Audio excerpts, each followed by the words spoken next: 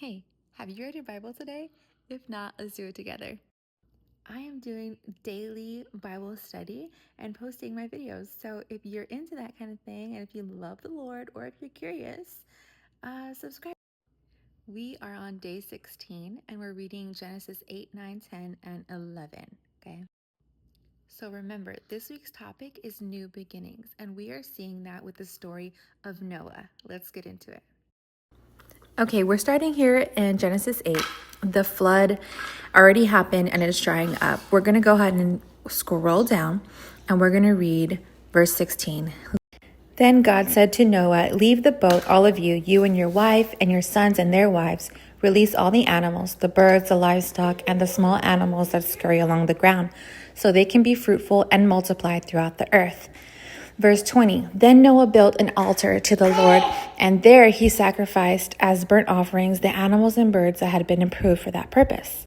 The Lord was pleased with the aroma of the sacrifice and said to himself, "I will never again curse the ground because of the human race." So we see here that there was a sacrifice that pleased God that then caused him to say he'll never curse the ground again. Now let's go to Genesis 9. It says, Then God told Noah and his sons, "I hereby confirm my covenant with you and your descendants, and with all the animals that were on the boat with you, the birds, the livestock, and all the wild animals, every creature on earth. Yes, I'm confirming my covenant with you. Never again will floodwaters kill all living creatures. Never again will a flood destroy the earth." Then God said, "I'm giving you a sign of my covenant with you and all living creatures for all generations to come. I have placed my rainbow in the clouds. It is the sign of my covenant with you and with all the earth. When I send clouds over the earth, the rainbow will appear in the clouds, and I will remember my covenant with you and with all living creatures. Never again will the floodwaters destroy all life." So that establishes why we have rainbows.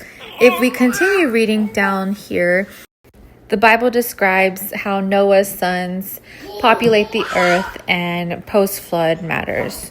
Now, in chapter 11 of Genesis, we see the Tower of Babel. So let's read. It says, Genesis 11:4, Then they said, "Come, let's build a great city for ourselves with a tower that reaches into the sky. This will make us famous and keep us from being scattered all over the world." Now, this tower was a representation of pride. Let's go back to previous chapters, Genesis 8. It says, "Leave the boat, all of you, you and your wife and your sons and their wives. Release all the animals, the birds, the livestock, small animals that scurry along the ground, so they can be fruitful and multiply throughout the earth." So God's order was that they multiply throughout the whole earth, not to stay in one spot like we see the people try to do in the Tower of Babel. So what we're seeing here is humanity defying God, right? It says again, "Come, let's build a great city for ourselves with a tower that reaches into the sky, into the heavens." They were trying to reach the heavens. And verse 5, it says, "But the Lord came down to look at the city and the tower the people were building. Look," he said, "the people are united." And this is verse 6. "And they all speak the same language. After this, nothing they set out to do will be impossible for them. Come, let's go down and confuse the people with different languages. Then they won't be able to understand each other. In that way, the Lord scattered them all over the world, and they stopped building the city. That is why the city was called Babel, because that is where the Lord confused the people with different languages. In this way, he scattered them all over the world."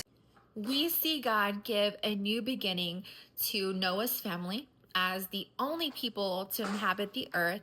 And then later on in their generations, we see God give them a new beginning again. When the Tower of Babel was being built, God disrupted it and gave them a new beginning by scattering them throughout the earth, and he made them speak different languages. If you haven't already, go read these chapters by yourself and take your own notes. Let's see what God has to share with you. These are just my highlights. And that wraps up day 16. I pray a blessing over you. May the Lord continue to put a craving for his word in your heart. Be blessed, and we'll see you tomorrow.